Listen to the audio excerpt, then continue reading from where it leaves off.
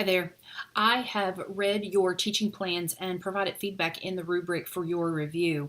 I wanted to get these back to you quickly this week because I know that you have another teaching plan that you're going to be working on that's going to be focused on technology. Before we talk about that, let me give you some general feedback for your teaching plans from this week. From an APA standpoint, you guys did a great job with the outlines. The only APA issue that I see pretty commonly is that if you're not able to locate the DOI, you're not including a way to identify the source of your article. I want to remind you, if there is no DOI associated with the article, first, make sure that the article you were using is a scholarly reference. Sometimes opinions or editorials or commentaries do not have a DOI associated because it's not a research-based resource. If you're sure that your article is a good resource and is a peer-reviewed journal article, then I want you to use the URL or the hyperlink from the database that you got the article from. This is the option with APA if you do not have a DOI. So either you have the DOI, or you're going to do an abbreviated URL. If you go into a database, let's say you use the Jerry Falwell Library and you go into CINAHL from the Jerry Falwell Library and you copy the URL and you pasted it into a Word document, it's likely going to be 4 or 5 lines long. You want to back up that URL to the primary section of the search engine. Normally it will land about a line or so, but it's after the primary part of the search engine, after where CINAHL or ESCO or Ovid will end. So at least you can give an idea of where you originally found that article. Aside from that, APA looks good. Continue to be vigilant in looking for grammatical errors as well as typing errors. Most of what I see in proofreading your work is not that you can't structure sentences or paragraphs appropriately. It's that you get to where you're typing really quickly and autocorrect does magic for you and puts in words that are not what you intend and you miss them on your proofreading. Just make sure you're carefully proofreading. Now, let's talk about your teaching plan. Lots of cool things going on in your work setting. Was really interested to see the variety of things that are being taught in traditional classroom settings versus the professional work setting in the hospital or the clinical area. Lots and lots of great ideas. Want to remind you that this teaching plan is a blueprint for you to follow when you're going to implement this teaching lesson. Think about this as if though you had a plan to teach on Monday and Friday you got really sick and you couldn't be at work on Monday. Would a colleague be able to go to your desk, open up this file, and have all the nuts and bolts so that they could implement your lesson plan successfully? That should be exactly what this teaching plan looks like. So from a detailed perspective, you should be able to guide the person that's reading your worksheet step by step in how you would implement your teaching plan for a group of students. So that means that you need to put adequate detail. That doesn't mean that, for example, in your section where you are doing your teaching strategies, the teaching strategies should have content that you're going to cover, but it doesn't need to contain micro detail. It needs to contain key concepts and adequate detail so that if I were to hold your teaching plan and stand in front of your PowerPoint, I could adequately follow the PowerPoints and the teaching plan and be able to pull those two sources together. The differential instruction. I want to remind you to think about your audience.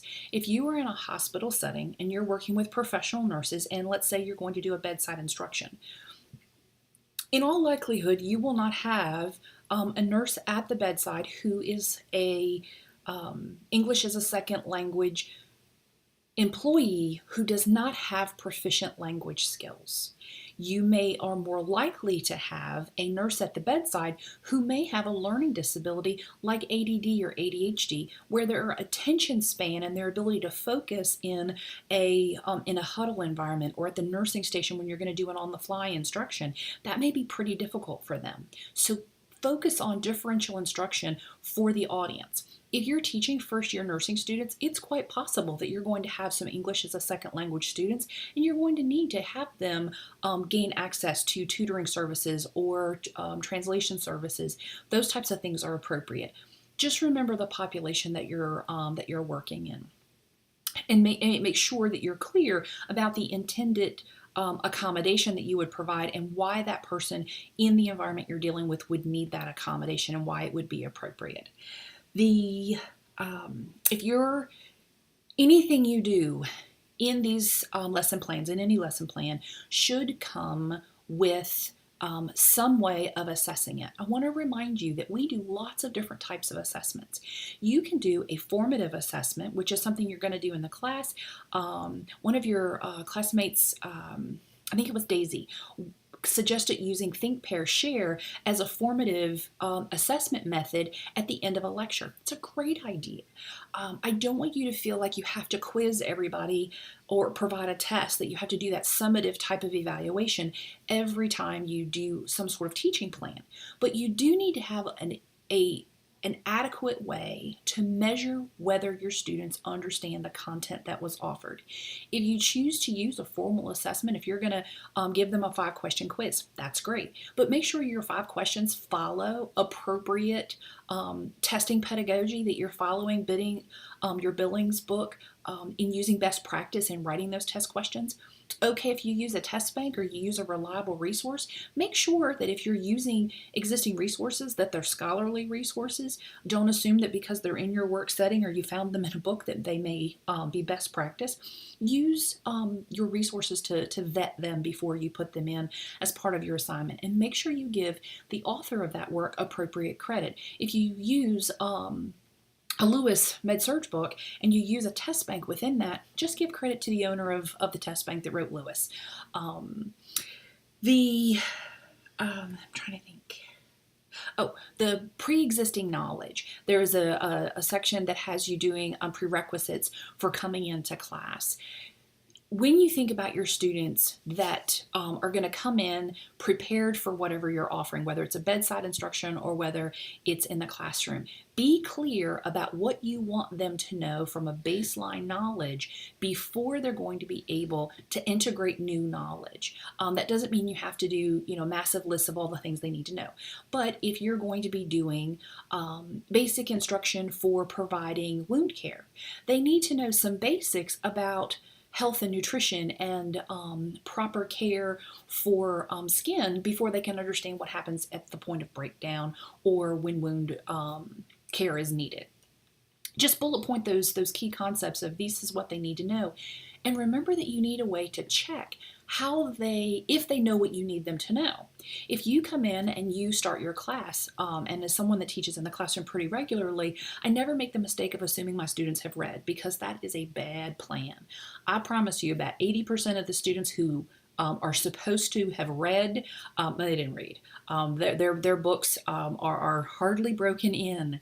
The only way to really encourage that is to use some sort of assessment method, whether it's a informal method of, let's play question and answer, or whether you use a clicker method that's embedded in your PowerPoint selection, or whether you do, sporadic pop quizzes, or a pre-class quiz that acts as an entry ticket into class. Lots of ways you can make sure that the students know what you need them to know before you start off on content that hinges on prior knowledge. Do not assume that they know what you think they know without assessing that in some way. Again, it doesn't have to be a 20-question quiz. It doesn't have to be a survey, but you got to have some way of knowing how you're going to know this. Okay. I think that's all. I'm looking at my notes. I think that's all I've got for you. I gave you lots of feedback this time, hoping to guide your thinking. You guys are on the right track. Just remember, if something happened and you couldn't teach your class, and somebody had to come in and pick up your file, your electronic file, you had to link them to something, could they teach your class fairly well with the resources that you've placed in there? My hope is that as you get practice in doing this, you're going to get better at this. And the things that I'm asking you to actually put in bullet point format, you're going to have in your head, and you're just going to know that you need to do it. I know this feels tedious right now, folks, but there is a method to this madness. I promise. Okay, so you've got your technology lesson plan next week, you can either be teaching your students how to use a type of technology. It can be telling them the importance of technology or the importance of a type of technology, or you could talk about informatics. I don't care how you do it, just have something relevant to technology that's relevant to your population that is meaningful for you. Remember, your goal in this is not to create a lesson plan for a 3-hour lecture. The idea is that these lesson plans will get you through 15 to 20 minutes of content for your students. So be thoughtful about that. I'm trying to make this easy for you. We're worried about structure, process, thinking for you as a nurse educator, not so much as having you be really good at crafting a 3-hour lecture. Students stop listening after 20 minutes, which is why we want you to get good at getting through those first vital moments of a classroom instruction. So, practicum log number 2 is due as well. Make sure that if you have time log issues with practicum number 1 that you fix those. And you do that before you make your time entry for practicum log number 2. And then remember, in a new file, practicum log 2, you're going to start all the days that are covered on this log and have an entry for each day. All of that should align. Your time log and your practicum log should be together. I just realized that Madeline the puppy is sleeping over my left shoulder, and that's the quietest she has been all day. So I am grateful. I hope you guys have had a wonderful holiday break, that your Thanksgiving has been full of blessings. I know you're tired and you are so ready for the holidays to get here. Hang in there. We've got a few more weeks and you guys are doing a good job. Know that I'm here. Touch base if you have questions or concerns. I'll walk you through them. And I'm happy to answer any questions. Remember, the Ask the Professor link is for general questions about assignments. Email me directly for personal questions or concerns. I'm here. You guys have a great week. Take care.